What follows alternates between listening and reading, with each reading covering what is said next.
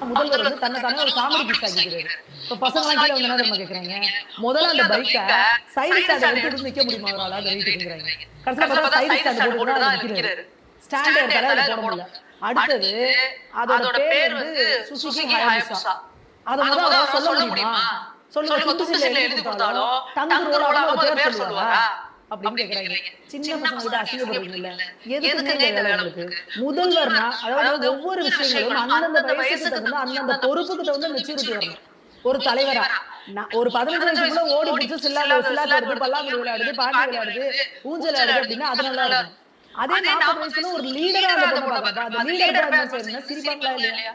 அதுதான் நான் சொல்றேன். ஒரு பொம்மை முதல்வரா இருக்காரு. ஒரு விளம்பர மாடல் மோகத்துல இருக்காரு. போட்டோ ஷூட்ல இருக்கிறாரு. இதுலயே தான் அவர் காலத்த ஓட்டிட்டு இருக்காருன்னா, இவரோட கவனம் எப்படி நாட்டு மக்களுக்கு என்ன செய்யலாம்? ஏது செய்யலாம்? இங்க இவ்வளவு பிரச்சனையா இருக்கு. அதுக்கு என்ன நடவடிக்கை எடுக்கலாம்?